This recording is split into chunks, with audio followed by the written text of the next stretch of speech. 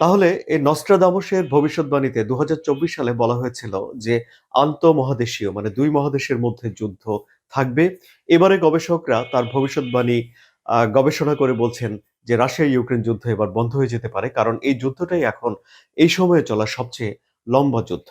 তাহলে আমরা তো দেখতেই পাচ্ছি যে এই যুদ্ধ বন্ধ করার জন্যে নানান তোড়জোড় চলছে এবং ফ্রান্সের প্রেসিডেন্ট ইমানুয়েল মাক্রনের এখন চীনে যাওয়ার কথাবার্তা রয়েছে, একটা পরিকল্পনা রয়েছে। তো সেটি দেখাই যাচ্ছে।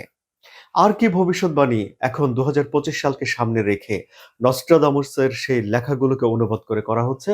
হ্যাঁ, সুপ্রিয় দর্শক, এর মধ্যে রয়েছে ব্রাজিল। ব্রাজিলকে তিনি পৃথিবীর উদ্যান হিসেবে অভিহিত করেছিলেন এবং সেখানে একটা ভবিষ্যৎবাণী করা হচ্ছে যে ব্রাজিলে একটা বন্যা হতে পারে কিংবা সেখানে আগ্নেয়গিরির অগ্ন্যুৎপাত হতে পারে।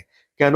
সেখানকার মানুষ সালফার মিশ্রিত পানি পান করবেন এই কথাটিকে ব্যাখ্যা করে এখন ধারণা করা হচ্ছে যে আগ্নেয়গিরির অগ্ন্যুৎপাত হতে পারে।